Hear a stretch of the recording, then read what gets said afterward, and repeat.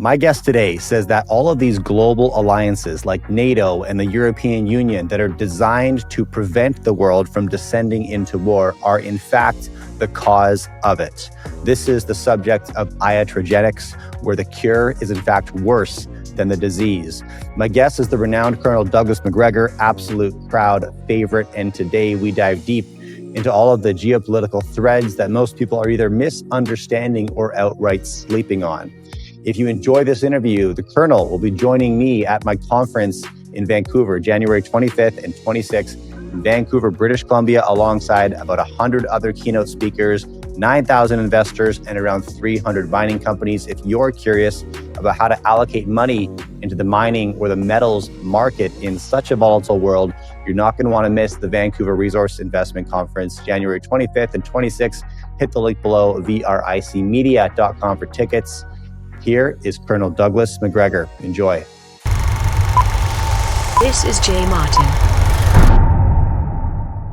All right, here I am with Colonel Macgregor. It's great to have you back on the program and very timely. Lots I would like to discuss with you today. Sure, good to be here. Let's start with the major headline that's been sending markets and media into a tailspin last week. And obviously that is the recent escalation in the China-US trade war on the heels of extended restrictions of rare earth metals. And now everybody is suddenly talking about the significance of rare earth metals. When I saw this headline as a commodity investor, my first thought was this outcome was baked in the cake 20 years ago. It's not necessarily news, but maybe it's news to a lot of folks. What's your take, Colonel, when you saw this recent escalation? You know, a lot of headlines are substantive, a lot aren't, right? What's your take on this one? Well, I think the problem that we have right now in the White House and in Washington in general is frustration with the unwillingness of the rest of the world to do what we tell them to do. And you have this predisposition to bully instead of recognizing the criticality of diplomacy, the value in studying a problem, talking to people about the problem, discussing solutions, proposals. There is an automatic predisposition to bully. And that's what this White House has been doing now ever since it took office. You know, you were talking about rare earths as one item, but we just were told earlier today that apparently we're not going to buy cooking oil any longer from the Chinese. And that removed about $750 billion of value from the stock market. I think there is a failure to understand that China is the world's principal market now, not the United States. Everyone wants to do business with China. That's the first thing. Second thing is that if you look at China's position, the Chinese economy depends upon American imports to a very limited degree. I think they finally studied it carefully, and less than 3% of China's economy depends upon imports from the United States. Now, I don't know what the percentage of imports from China is that we depend upon, but I know it's a lot larger than 3%. There's a failure to look at our own vulnerabilities. And there is a failure to understand that someone's refusal to align with you on all of your policies doesn't necessarily mean that these people are hostile. You know, no country can be expected to move beyond the limits of its own interests. China is no exception. Neither are we. But you've got to know what your interests are. And right now, the only interest we seem to have is in harming China or harming Russia, or harming India, harming anyone, any particular nation state or group of states that refuses to do business with us on our terms. Well, that's a dead end. There's no future in that whatsoever. And rare earths is something that we've known about for decades. We've been dependent upon that for a very long time, not just in the Department of Defense. What have we done about it? What have we done to invest in that area to ensure that we are not solely dependent upon very few sources? We haven't done anything. And now we're angry. It's almost childish. There's no future for this. Let me ask you a second order impact of this announcement and the announcement this morning, for example, is that it's appearing that China's flexing its ability to move the US market by provoking the administration, right? We've gotten used to, I think, an era of politics where the president can move the market with a tweet. This has become normal. And now, as I'm watching these new developments unfold, I'm curious about how much China's recognized their ability to do the same by provoking the administration, getting a bombastic response, and triggering a major shift in the market. I'd love your thoughts on that. And then secondly, just last question on the rare earth restrictions. China came out and said the purpose of this restriction was actually to prevent our materials from being used as tools of war, right? That was the language that came out of the PBOC. I never take any political statements at face value, but what I think is very real is that a stop order on the export of rare earth metals is a stop order on the American military industrial complex. Is that true? Well, it's a stop order, not on everything, but certainly on a whole multitude of high-tech weapon systems. It's also going to have an impact on our ability to rapidly develop and field things. We simply don't have access to it. I think the real purpose was pointing out, and this is something, again, that we've absolutely rejected. China is not a subordinate state. China is not a backward entity. Neither is India, neither is Russia, and for that matter, neither is Iran. And there are many other nations that we have treated for many, many years as essentially backward, secondary, unimportant. What they're demonstrating to us is that we not only live in a new multipolar world, we live in a world where we have peers. In other words, nation states that can field forces and have economies that allow them to compete effectively against us. Now, what we have to do is we have to decide whether or not we're going to live with it, find out how to accommodate it, assimilate into it, or are we going to run around and essentially threaten everyone with war who disagrees with us? This is the biggest problem that we have right now. We've demonstrated for years now that we don't have any respect for anyone who doesn't have the force to stop us. Our first inclination is to reach for military power. And we continue to assume that our military power is unique and unchallengeable. Well, it's not. It really isn't. And the Chinese and the Russians and others have bent over backwards to avoid confronting us militarily. We interpret that as weakness, Jay. It's not weakness. It's common sense. It's rationality. They live in a world where war is destructive and antithetical to business. We don't seem to have a role in that world. We seem to think when all else fails, even if all else hasn't failed, you use military power to intimidate, to beat down, to suppress. The Chinese are not going to put up with that, and neither will the Russians. So right now, I think, in answer to both of these questions, we are the problem. Provoking us is easy because we're easily provoked. We want our way. We've lived in a world for 80 years where we've had our way, where we could print as much money as we want and then pass our debt on to everybody else and tell them to like it. This is ending. This is the end of dollar dominance. And we're watching India do business with China and yuan. We're watching the Saudis do the same thing. We're watching gold vaults being set up in Riyadh, in Hong Kong by the Chinese for a gold-backed economic system. Not necessarily for one kind of currency. Maybe it'll be a basket of currencies. I don't know what the answer will be, but the point is that they have managed to build parallel institutions much faster than we thought they could. They're not yet as sophisticated as we are in our banking system, but they're getting there. And instead of fighting this and aggravating and antagonizing the situation, we ought to be figuring out how we're going to interact with it. Because I think where we're headed right now, Jay, on a macro level, is two separate, distinctive systems on the globe. One will be dominated by our financial system, even if it's limited basically to Europe and North America. I'm not even sure the Australians will join that because they're in China and they're very dependent upon the Chinese. But my point is that's one system. And then perhaps the rest of the world will enter this BRICS system. So we'll have this divergence. That's one outcome. But I don't think we're going to have a single global system any longer. And that's because people are fed up with us. And, we could look at all sorts of implications for what that means in trade and commerce. Well, let me ask you, because as you mentioned, there's a handful of states that have been playing the neutrality game very effective. Saudi Arabia being one, India being another, Japan being another. They're happily buying Russian oil today because it's in their best interest. It's the right move for that economy. You mentioned Australia, which is a economy that we assume is Western aligned, but from a geographic and proximity standpoint, Asia is a better trade partner and China is their biggest customer.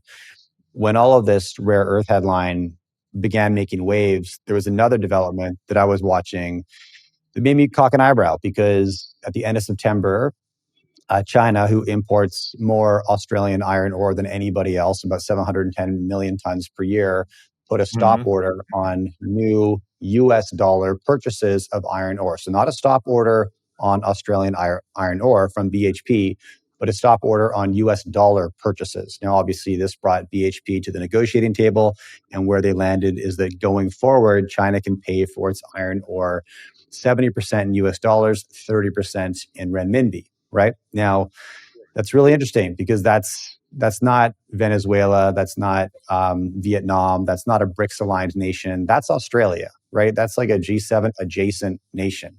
One way to think about that. I thought this was super relevant for three reasons. Number one, it's precedent. Whenever a deal like this happens, you always have to think about the trajectory that it might put you on. This is new precedent that China can take to the world and say, this is how we do business now. And it's good enough for BHP, so it's good enough for you. It's good enough for Australia, so it's good enough for you. And that's a new precedent that gives countries the ability to say, okay, no, this is reasonable. This is reasonable. Secondly, obviously the transaction's a two-way street. BHP will now be accumulating a treasury of renminbi, and they're going to have to spend it somewhere. They could just convert that to US dollars, but anybody who runs a non-American company knows the risks of currency exchange. Like, it's expensive, it's risky, it's tough. That's the headache that China offloaded to BHP. They don't want that. They'd much rather just spend the renminbi. The most logical home is in China, right? But they're now incentivized to find other players who will accept renminbi because they have it to spend. Right. So they're incentivized to inspire, to a degree, more de-dollarization. And the third, I just think, as the rest of the world watch this, we all think about the transition from the US dollar to something else. We think about the shift that BHP will have to make. But the rest of the world's worried about one thing, and that's, does cheap Chinese steel still arrive? I don't care what you guys do. I don't care what's in BHP's treasury. None of that, right? I need the steel. Well, that's, get the deal done, right? Do you see this as like a bit of a tipping point precedent? It's notable, I believe, but what's your take on that picture, Colonel? No, I think the picture that you painted is a very accurate one, and that's where we're headed. The United States is not the scientific industrial giant that it once was. We're not the indispensable market any longer. What we need to do for ourselves is another subject, and we need to talk about that, because the United States needs to take a different path into the future. But right now, I think what you just described is unavoidable. Most of the people that I listen to, whether it's Nassim Taleb, who has been telling people for months now that gold is the reserve currency, not the dollar, and large numbers of other prudent financial analysts, whether it's Alistair MacLeod in London, who's very concerned about the gold exchanges, they all are pointing at the same thing. The dollar is crumbling, and most of the world is beginning to de-dollarize. And I don't think there's a great deal that we can do to stop that in the short run. I think it's going to continue. We're the ones that have effectively debased our currency. So the question is, where do we fit in? How do we fit in? What do we do in the future? That's really the question for us. The rest of the world is making up its mind exactly as you have described. And that's why I said at the very beginning, no nation can be expected to move beyond the limits of its own interests. And right now, most people's interests dictate de-dollarization. So the real question is, what do we do? And that's something that is very painful for the people in Washington. And it's not painful for the American citizenry. The American citizenry has not been consulted on any major decisions. But when Trump was elected, what he should have done was begun shedding our overseas military commitments. He should have been interested in terminating these conflicts as quickly as possible because they are a drain on our prosperity. Then he needed, instead of going into a tariff war and declaring war effectively on most of the world, I mean, it's one of the first times I think in modern history we've seen tariffs imposed on friend and foe. I mean, suddenly people that were friends of the United States that have been allies, have worked with us, are suddenly being punished with tariffs. Didn't make a lot of sense. But China should have been approached quietly, not in public, and we should have sat down with them and said, look, this dollar isn't really working very well for us. It's a problem because the Chinese have been saying very publicly, and I think very honestly, they do not want to be the world's reserve currency. And we could have sat down with them and said, well, what are the things that we need to do that we can do with you to avoid the crisis, the conflict that we see in the financial markets and the problem for the dollar? We never did that. This is back to what I was saying before. We immediately respond by threatening people with one thing or another, and ultimately it becomes military. That's a dead end. There's this thing called diplomacy. It's almost completely missing from our vocabulary. You know, there's no willingness to sit down and negotiate. We really need to negotiate with the Chinese. Now, I don't know how ready they will be to talk to us any longer, especially with this administration. The last one was bad. In this connection, this one has turned out to be worse. So nobody sees any light at the end of the tunnel with us. So the predisposition is to say, America is patient zero. They're at the end of the hall. We've locked them in a room by themselves, so they're no longer contagious. And the rest of us are going to get on with life on planet Earth. Literally, I think that's where we're headed to some extent. And I don't think people in Washington understand it. They really live in a fantasy world where we are everything and everybody needs us and no one can contradict us. You mentioned the biggest question we need to answer is, what's the new path forward? And I agree, right? We need to take a different path into the future. And you referenced one initiative within that should be withdrawing military force from around the world. Something Yes. that I'm inclined to say the majority of American public would support. Maybe not Yes. Washington. Those are two different animals, as you and I have discussed. And I think, as to quote you, Washington has become donor-occupied territory. So maybe that's the hurdle. I would imagine that's one hurdle.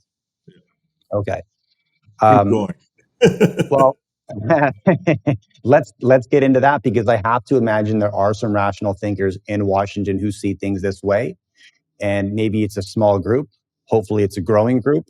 Maybe it isn't. What's your take on that? Are there sound minds in politics to the extent that we might move this direction in one or two election cycles? I would like to think there are, but I don't. I think there's a very small number of people who recognize the criticality of turning inward, of moving away from conflicts and crises overseas that, frankly, we don't need. This is what Trump was talking about when he ran for office. That's why so many people voted for him. He said, we need to worry about our own hemisphere. Specifically, we need to defend our own borders. We need to get control of things inside the United States. The rule of law is really absent in too many places in the United States right now. We have to restore that rule of law. We have to rebuild trust and confidence in the population, in our institutions. Americans no longer believe in many of our institutions. All you have to do is listen to the radio, or even the mainstream media will admit to this. The FBI is no longer trusted. There are now commercials that run on the media that say, if you are approached by the FBI, don't say a word unless you have an attorney present. In other words, don't cooperate with law enforcement unless you've got an attorney. This is a very serious change in the history of the United States, certainly from the country I grew up in, where people, frankly, worshipped the FBI as the guardian of internal security and with the best people, the most honest people that you could ever find. Well, that's all gone. That's vanished.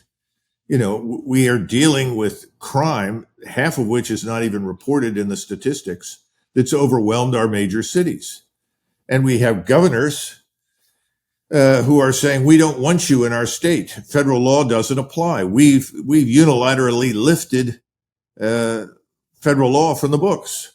It doesn't have any impact here. We have rights as states, mayors in cities that have decided that federal law is irrelevant to them. That's how we ended up with these sanctuary cities.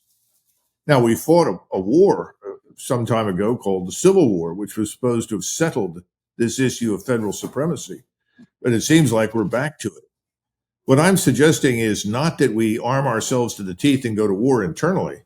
What I'm suggesting is that instead of focusing on a place like Venezuela, for God's sakes, or what's happening in the Middle East right now, which I think is beyond our ability to fundamentally change, and then finally stop the nonsense in Ukraine, stop pretending that we as Americans have any interest in Eastern Ukraine. We have no strategic interest there.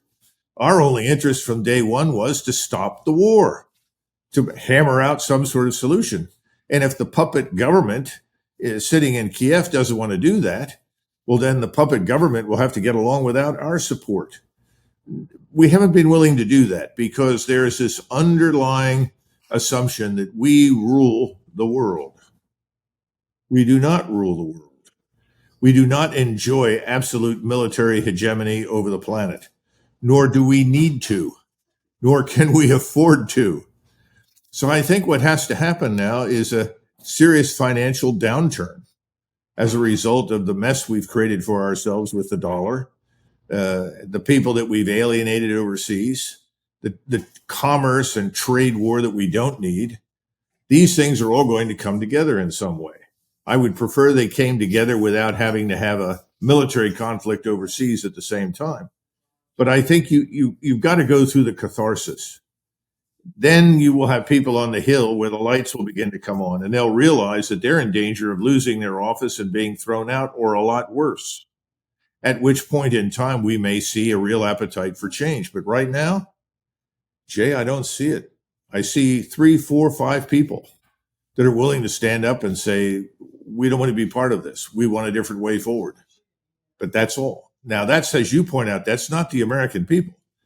Today, most people talk about the uniparty. I mean, if you have Republicans that have a budget that results in a $2 trillion deficit, and you have Democrats that have a budget that results in a $3 trillion deficit, please explain the profound difference here. One is headed quicker on the road to suicide than the other, potentially. But when you reach trillions, it's decibel dust. So we're in a lot of trouble. But no one is reacting yet. I saw something, somebody reran some film footage from, I think it was 1998. I could be wrong. Could have been 97. This is when Newt Gingrich, who was the leader in the House, the Speaker of the House, shut down the government in a confrontation with Bill Clinton, who was president. And people complained, but this was in San Francisco. A newsman reached up and said, sir, this is a man on his bike. And the man pulled up, stopped, got off his bike and said, yes, what can I do for you? He said, would you answer a few questions? He said, sure. He said, what do you think about the shutdown in Washington, D.C.? Oh, I don't know. I don't think much about it. Really? Aren't you affected in some way? He said, well, as long as I can strap a case of beer to the back of my bike, I can go home, turn on the television, watch the game, and I still have a car with gas in it, and I can eat. Well, no, I guess not. I think he was telling us the truth. Things have to get a lot worse before people pay attention. So it doesn't really make any difference what I think or what the financial analysts say. It's pain. When the pain barometer rises, that's when you're going to see change. And right now, there just isn't enough pain to go around. And that's an apology, by the way, to millions of Americans who are feeling pain. Absolutely. It's just not enough at this point. As I listen to this, Colonel, I think about the explanations that we hear about why America has to be so militarily active around the world. And one of the most common ones is that we need to do this to keep us safe, right? That's often the headline that comes home, right? In a scenario where the United States successfully withdraws military power from around the world, it comes home to arguably the safest bunker the world has to offer. The United States, as a country, geographically, is buffered by oceans to the east, oceans to the west. The stopping power of water is very real. It's very difficult to invade a country from the sea. You've got Canada to the north, Mexico to the south. You've got agriculture, you've got energy. People would debate manufacturing, but that's available in Mexico. And so all the pieces you need are there. There is a path there. Right now, the rest of the world, I think, is more of a question mark. If you remove the global policemen, inevitably, I think you have some real politic jockeying for power in that vacuum. Right now, it's easy to point the finger at the U.S. and say they're the bad guys stirring up trouble. But if the U.S. were to exit the conversation, inevitably, I would assume we'd see power grabs attempted left, right, and center, regional fracturing, and maybe back to like a pre-1945 world of more like regional anarchy. What's your take on that? And then I want to get to the situation at home a little bit more. Well, two things. First, let me add something to what you were saying about the United States.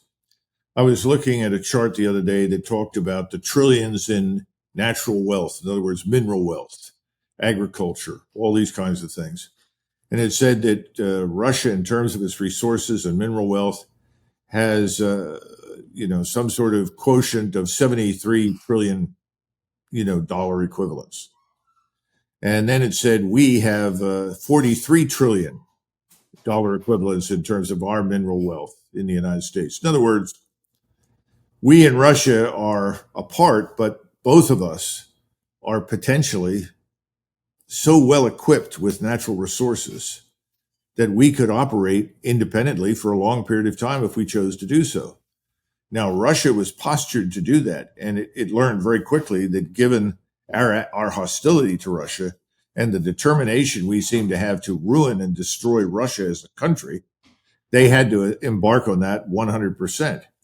They had an advantage, though. You have China that I think in terms of natural resources is somewhere in the 15 trillion range. So while China is turned into this giant production machine, this amazing market, it desperately needs most of the resources that Russia has to offer. So it's a symbiotic relationship. It's a very good thing. And both sides see absolutely no value in going to war with each other under any circumstances. So I think that needs to be borne in mind. Now, when it comes to enemies and power vacuums, I would point to General Eisenhower when he was president. And when he agreed to sign on for the NATO treaty, the North Atlantic Treaty Organization in the 1950s, one of the things that he said at the time was, and I think this was 1956, he said, if this organization still exists in 10 years, then we have all failed because there's no reason why it should. Now, this is Eisenhower in the middle of the so-called Cold War, who appears to be pouring cold water all over the notion that the Soviets are hell-bent to invade Europe and conquer the world. He didn't seem to think so at the time. He said he did know the Soviet leadership. He met with them. He understood them. But he didn't buy the argument that we had to be in Europe in perpetuity to stiffen defense for the Germans, the French, and others against a possible Soviet invasion.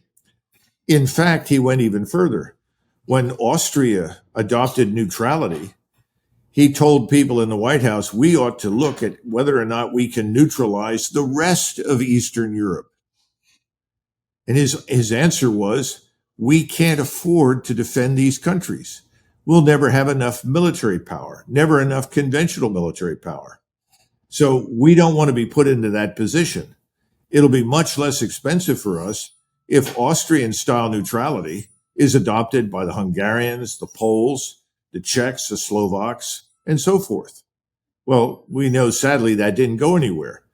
I'm not suggesting that it would have been immediately acceptable to the Soviets, but I think there was a higher probability of that thing succeeding at the time than most of us realize.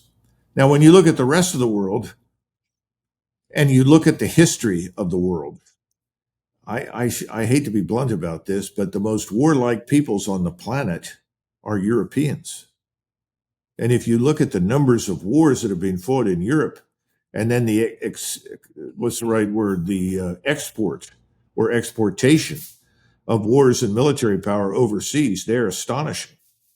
Far, far more hostility and violence emanating from Europe than perhaps anywhere else on the globe.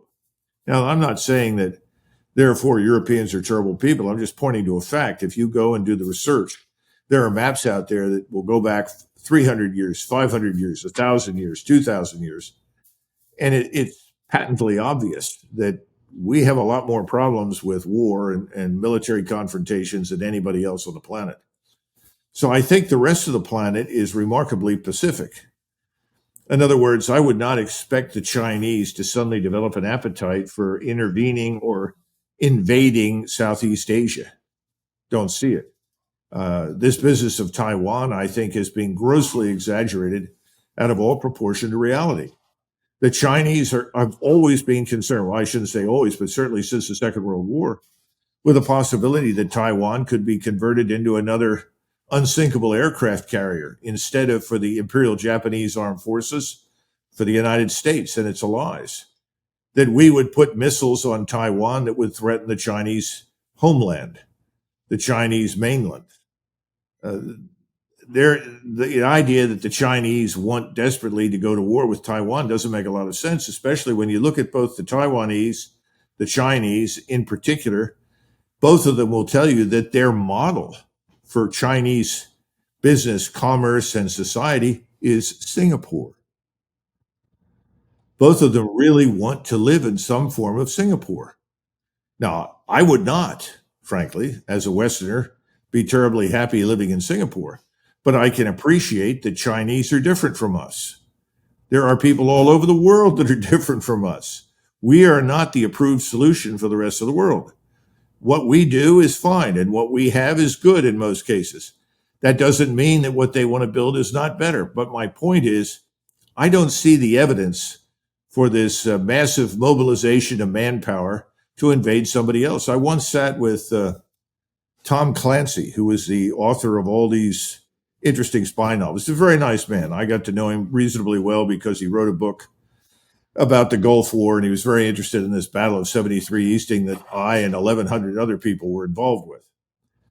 But he told me, he said, well, you realize what the future is. I said, well, you tell me what you think it is. He said, China is going to invade Australia. They're going to invade Australia. I said, really? I said, the Chinese don't even like to go to sea. They have a huge problem with desertion in the Chinese Navy. The Chinese have never really been a seafaring nation. And most Chinese really want to live in China, in a Chinese society with Chinese culture and Chinese laws. Oh, no. They need the land. Well, I didn't argue any further. He was very committed to this. And of course, the next question out of my mouth is, where are they going to live in Australia? There are not too many places in Australia other than the coast where you're going to want to live for any length of time. Well, look, people develop these fantastic notions, and they develop it because they're projecting the European experience onto the rest of the world. Take a look at Latin America. Latin America has lots of problems. No one will question that. But how many wars have they fought with each other? Remarkably few. Their problems are internal to their countries in most cases. My point is this idea that if we are not everywhere to ensure there is no change in the status quo will fall apart, the world will end as we know it. I don't think that's true. But here's another news flash for everybody. How often have borders changed in Europe over the last 1,000 years? More times than we can count. And if in that case, what's everybody losing sleep over Ukraine about? Changing borders, shifting populations, shifting alliances, in order to achieve peace, not to fight war, has been the status, the ultimate goal in Europe for centuries. Trade a province, change loyalties, alter, the people who are in charge, and you get on with it. Because someday, by the way, you know what Kaliningrad is. Kaliningrad used to be East Prussia. It was retained after World War II. Stalin kept it because our friend FDR, and I'm being facetious, told him he could have it. Now, the people living there for the last 1,000 years have been overwhelmingly German speakers, but it hasn't always been under German rule. The King of Poland ruled it for quite a while. So it's only had pure German rule for about 600. My point is that now people are upset over Kaliningrad because an American general said, well, we can take it over in a couple of days or something, which I think is nonsense. It's sovereign national territory right now, as far as Russia is concerned. But that has seen many, many governments come and go. Borders there have changed repeatedly. We're going to see that in the future. We have to live in the real world and accommodate each other. Just as we need to accommodate each other in trade and commerce, we need to accommodate each other politically and militarily. And that has to happen. The best news I've heard in the last 6 months, 7 months, is that Donald Trump said when he was asked about the START treaty, he said, would you be willing to extend that some number of months into the future? He said, yeah, I think that's a good idea. Thank God. At least there's some rationality on that point. Because the last thing anybody wants under any circumstances is a nuclear war. So I think there's hope for us. I don't want to be terribly gloomy, but right now we've just made a mess of things. We've been making this mess for over 4 years, ever since Biden was in office, and now we have Donald Trump. Let me ask you. I want to dig into the concept of neutrality, which you mentioned, and that we covered actually on my stage. Yourself and Pascal Lota, a geopolitical analyst from Kyoto. Both of you are coming back to my conference in January in Vancouver, so very excited about that to revisit some of these topics. But before I get to that, you said something else I'm just curious about. You referenced the frequency of war on the European continent. It doesn't matter how far back you go, the written history of Europe is just rife with shifting borders, control. It descends into chaos and war on a very consistent basis. That continent does. And as a North American, I could say, well, that's because there's so many small countries and cultures sharing one continent. The reason this doesn't happen in North America is because we've ended up in a place, anyways, where from coast to coast there's unity. But as you pointed out, that's not the case in South America. Yet it doesn't have, as far as I understand, the same history of consistently descending into war and shifting borders. Why is that, Colonel? First, we have these alliance systems that people thought would guarantee collective security. Join the alliance, everybody promises to go to war at the same time against whoever threatens the collective. This was a catastrophe in 1914. It created essentially automatic triggers for intercontinental war. That was a big mistake. In other words, the original idea that Bismarck had was that Austria and Prussia, Germany, and ultimately Russia would all have an agreement in place that said, if the Russians decide to go to war with Austria, Germany will stay out of it. If Austria goes to war with Russia, Germany will stay out of it. If Russia fights with Germany, Austria will stay out of it. In other words, to limit the damage. Instead, that became a hard, fast alliance structure. So that as soon as someone was attacked on the west or on the east, everybody automatically went to war. This is catastrophic. It's the last thing we need. And that's why the Russians are looking at this insistence that Ukraine become part of a NATO alliance as a very dangerous thing, because they don't want to be put in a position of facing NATO in a war unnecessarily. This is the problem with NATO expansion that has caused this war to occur. I think we're much better off if we live in a world where we view people as limited liability partners. In other words, you and we and the Russians agree that we have a joint interest in doing something somewhere in the world. and will cooperate for that purpose. But that's it. We're not blood brothers for life. And it's not necessary that we be blood brothers for life. The same thing with the French or the Italians or the Germans. That's one thing. Secondly, you have to go back to World War I and understand that the real problem with the First World War was our intervention into it. Had we stayed out of it, that war would have exhausted itself. The British and the French would not have been victorious, but the Germans and the Austrians would not necessarily have been triumphal or triumphant. In other words, had we stayed out of it instead of meddling in it, I think it could have solved many of the problems on its own, but we meddled. We distorted the outcome. And that was very obvious with the Versailles Treaty. You were talking about all these little nations. You know, Austria-Hungary was not a bad solution for Central East Europe, contrary to popular belief. Neither Imperial Germany nor Austria were necessarily evil states, far from it.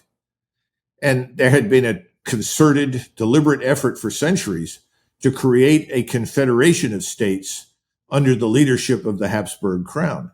It actually worked pretty well. You know, when the Austrians wanted to go to war with the Serbs, the Hungarians resisted for 2 weeks. I'm sorry, the Hungarians didn't say, no, we're not going. Because if they'd done that, it would have been very difficult for Austria to go to war. But ultimately, promises were made, deals were cut, and they said, all right, grudgingly. But my point is that there are ways to deal with this multitude of different people. And I understand your argument, and I agree with you. For our purposes, speaking one language from Atlantic to Pacific, one set of laws is an enormous advantage. But imposing that on Europe has turned out to be pretty much of a dead end. Everybody who's tried it has failed. So I don't think that's the answer, but I think you could still have confederations of people, and that might be helpful. I mean, the Czechs, the Slovaks, the Hungarians, the Slovenes, the Croats, all these little groups of people are tribal groupings that became nations. They now have histories, they have literature, language, all of those things, and they have produced great minds. That's not going to go away. It doesn't need to. But you need a different framework. And the problem with the EU is that someone tried to turn the EU into the Holy Roman Empire of the German nation. It didn't work because the EU wants to meddle with everybody's affairs, everybody's laws. You could live in the old Holy Roman Empire and from Denmark all the way down to central Italy, and you may never know who's really in charge in Vienna because your laws, your way of life are untouched. You're not imposed on, if you will. We have to become more tolerant. I think the Europeans can do that. I've got complete confidence in their ability to do that. But they're not going to get there with this thing called the EU. So I think that will go away. And we may see other regional groupings emerge. But what we don't want to do as Americans is stay there any longer. We have distorted the natural dynamics of the continent. Wherever we do, we have that impact. You go into the Middle East, you stay for any length of time, you distort the regional dynamics. And what happens when you leave? Things inevitably return to the way they were because there is a cultural mean on a regional level. If you want to know what Iraq is going to look like in 50 years, look at Iran, look at Syria, which is not really a country anymore, or Saudi Arabia. It'll be some version of it. Do you understand what I'm saying? We need to come to terms with the reality that these things are deeply embedded in people. Let's recognize it, let's live with it, and stop trying to erase it. But all these regime change operations are bound up with this notion that we're going to globalize everything. We're going to make everybody the same. In my judgment, it's produced catastrophe after catastrophe. And we Americans need to get out of that business. I'm sorry for being so long-winded. No, not at all, Colonel. I really appreciated this, and I was sort of struck by the irony that the European alliances that have been built with the intention to protect from or prevent war are often the cause of it. And, you know, you mentioned Nassim Taleb earlier. He has this great phrase he uses in a couple of his books called iatrogenics, right, which describes medical intervention being worse than the disease itself, right? Yeah, that's The right. cure is worse than the disease, which is sort of, it's the exact same principle right here, right? It's intervention policy causes these rifts and tensions to escalate, proxy wars to extend in length unnecessarily, all of this stuff. Okay, one last question on the One thing, if I could say one thing, though, we have to keep in please. mind that unfortunately there are people in the West. They're a minority, but nevertheless, they are there. They are in the banking system. They are in the corporate sector who have enriched themselves as a result of these interventions. And they are disinclined to go quietly into the good night because they make money. It's income. That means that internally in the United States, we have to change something that nobody wants to disrupt. It's called the money flow. In other words, we have to not incentivize war. And right now, it's incentivized because we haven't endured much pain. And as long as the average American is not in pain, what difference does it make what they do in Washington? Who cares what happens overseas? That's somebody else's problem. War has become something that happens in other people's nations, not in ours, not on our soil. And this is my fear right now with Venezuela. There is no debate going on right now on Capitol Hill about why are we interested in intervening in Venezuela. People say, well, the drug cartels. Well, the drug cartels are in Mexico. They're a lot closer and a lot more dangerous and have a lot more control there, as well as in Colombia. And then people will say, well, what about all that oil and gas? And we have already discovered that Mr. Maduro tried to forge some sort of compromise with us that would give us a stake in the oil and gas industries, which would be very good because we have in the American oil companies the best drilling engineers in the world. And they're all sitting around looking for work in many cases. Going down to Venezuela to restore that industry under their government, whether we like it or not, makes a lot of sense, particularly if we can raise the quality of life for the people of Venezuela while we also benefit economically. We've decided no. President Trump has said, I'm breaking off diplomatic relations. He's assembling thousands of troops. So my next question is, if you go into Venezuela and you plan to remove the government, how many millions of people in Venezuela are you making dependent on us? Because if their government falls apart, which it most certainly will, and their armed forces are defeated, and they're certainly defeatable by us, who's paying for everything? Who's feeding them? We haven't even talked about the potential for an insurgency in that country against our military presence. The bottom line is we tend to do things in the United States because we have the capability to do it, not because we need to do it. We've gone into the Dominican Republic in the 60s the same way. We went into Vietnam because we could. We were not under existential threat from anything happening in Vietnam. There was no existential threat to us in the United States in 1917. Germany and Austria-Hungary certainly weren't threatening us. Neither were the Turks. But if you have the capability to do something and the wealth to afford it, there is an inclination to do it for all the wrong reasons, because we're the best, we're the greatest, and we should be in charge. Three big lies. I think you asked a question inside that that struck me. You said, "Who's paying for all of this? Who's paying for everyone post regime change?" Right?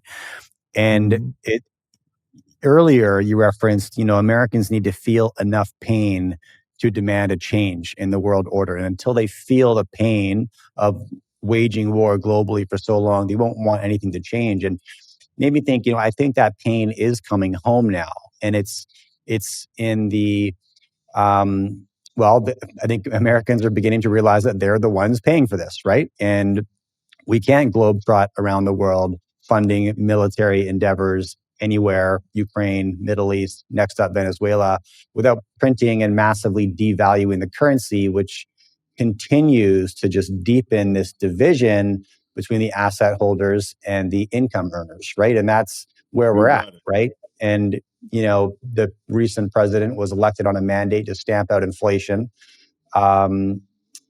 He's also recently gone on a bit of a spending spree, right? And I think, I'd love to know your take on this, because devaluing the currency is destructive most of the time, right? I have a belief that we're not going to stop the printing press anytime soon.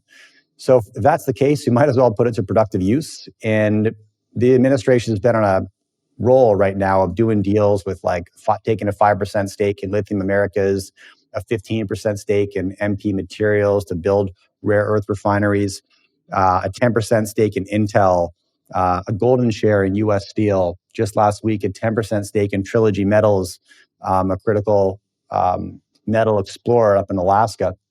And, maybe this is intelligent strategy to secure the metals that America needs to be competitive without looking everywhere else. I don't know. But at the end of the day, it's going to be massively inflationary. And that's the pain, right? That's the pain. I guess that's what I'm getting at, is that the pain has come home. People just need to identify the causality. Why am I feeling this pain, this economic pain? Why is the house that I couldn't afford last year somehow less affordable this year? What's going on? Right? I played the game by the rules, right? But somehow I'm being excluded from participating. And that pain is home, but the connection needs to be made that this pain is a consequence of that military adventurism. And once that connection's made, maybe things begin to land. But am I being too optimistic? What's your take? Well, there are two things to consider. One is that if I had a choice, I would not want the United States government involved in the private sector making decisions on investment and production or anything else. I agree. So one of these people doesn't think that's a good idea. I don't think we have to do that to shape investment and shape production and shape prosperity. That's another series of questions. The other thing is, someone said to me in Washington quite recently, they said, well, Doug, they have gold mines and emerald mines in Venezuela. I said, yes, I know. Obviously, emerald mines and gold mines have application. I mean, the metals and the gems have, or not gems, but the minerals have a role to play in national defense and building, construction, drilling, so forth. But it was quite obvious that there's this notion that we somehow or another, like the Vikings, are going to land in our longships, come ashore, slaughter anybody who gets in the way, and steal everything we can carry with us. I don't think that's a good idea. And I'm worried that we're already not terribly popular in Latin America. And this will make us a hell of a lot less popular than we already are. And we may discover that Venezuela overnight becomes the center, a rallying point, if you will, for some broader regional crusade against us, so that our position down there becomes intolerable as well as unsustainable. There's a lot going on right now in Washington in the minds of people, none of which makes any sense to me. What did make sense to me was Maduro's offer, because I'd much rather leave the government of his country in his hands, whether you like him or not. I don't want the United States Army down there trying to govern the country. We've been through that. That doesn't work very well. Even when we do it well, it doesn't work very well. Nobody likes to be governed and policed by foreigners. So why not leave what's there and find a way to work with those people? To me, that's the logical outcome. But I appear to hold the minority opinion. So I think we're on our way down there. You do? Okay. When I saw the headlines and I saw the the drone strikes on little fishing boats that may or may not have had narcotics on them, and I'm reading the headlines, I tended to think that this was like the Kansas City shuffle that we've seen from this administration many times. You look left, I'm going to go right, and everyone's eyes are on Venezuela right now. So what's really happening, right? What's the real story? As we're all focused on what might occur on the shores of Venezuela, something else, probably more material, is in play. It's interesting to hear your take on that, Colonel. Keep in mind that our rationale for attacking Russia was not just to remove Putin. There was a real interest in dividing Russia up and raping it for its mineral resources, its oil, its gas, everything. Yeah. Yeah. I mean, Yeah. that was openly discussed on Wall Street by all sorts of horrible human beings. When you go down to the Middle East, I heard people say, well, this thing in Ukraine has fallen apart. So we've got to get control of Iran's oil and gas wealth. In other words, we've got to get control of something. We need to recapitalize our banks. We need somehow or another to get out of the doldrums that we're in. I just don't think that'll work. And I think that's a bad idea.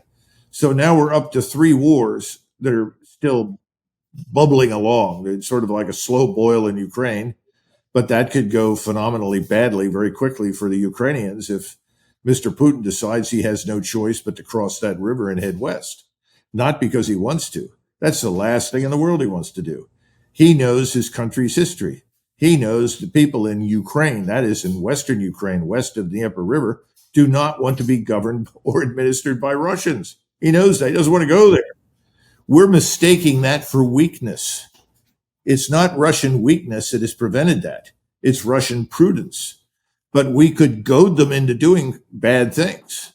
We could goad them into doing more. We can escalate. This Tomahawk nonsense is a good example of it, even though that's not some brilliant game-changing strategic weapon by any stretch of the imagination. But nevertheless, if they get 20 to 50 of those, and let's say they fire 50 at once or 30 at once, I think the Russians would probably shoot down most of them, but some get through. And what happens if it strikes Moscow? What happens if it strikes St. Petersburg?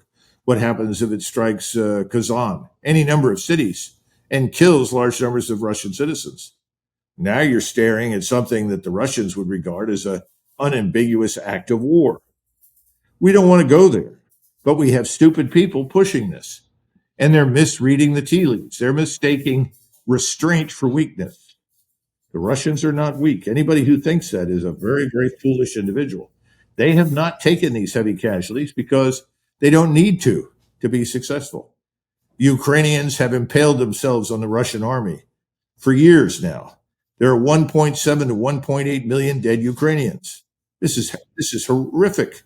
Anyone with a shred of humanity in them in Washington would say, this must stop. We have no right to use these people's lives in this purpose.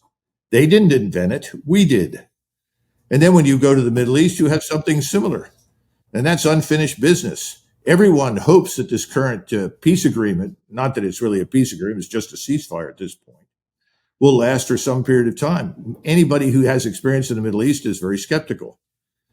And remember that none of the goals and objectives of the Israeli government have changed. So I would expect further war in the future, particularly against Iran. And the Iranians expect that as well. I would prefer we not be part of it. But thus far, we have proven incapable of isolating ourselves from that sort of thing. That's why I say we've got these 2 wars that continue, and now we want to add a third one without thoroughly examining the strategic implications for us and completely ignoring our brittle financial system. You know, you paint the picture of inevitable global regime change, and the questions around that are, you know, how much control and ownership are we going to take over that? How much responsible, proactive measures are we going to take over that? And, you know, no matter how that shakes out, I think, you know, we're in alignment that in any kind of a transition state like that, the supply and security over key resources becomes less certain. And countries and economies are willing to pay more for that certainty. And that's what we're going to be talking about at the Vancouver Resource Investment Conference, January 25th and 26th. I'm so excited that you're coming back. We have an amazing agenda coming together. And this is what we do at that event. We look at the world through the lens of supply and demand of raw materials. And then as a commodity investor, what's your angle there? For a lot of us, it's gold right now specifically. Colonel, I'm very excited that you're coming back to Vancouver in January. Okay, thanks, Jay. I appreciate it. Look forward to seeing you, and I hope you'll warm the place up. I'll do my best. Last time it was pretty good, Jay. It wasn't really that cold. That's so right. See what you can do again. Yeah. I got it. I'm on it, Colonel. Thanks so much for your time today. I sincerely appreciate it. See you soon. Thank you. See you soon. Bye-bye. All right.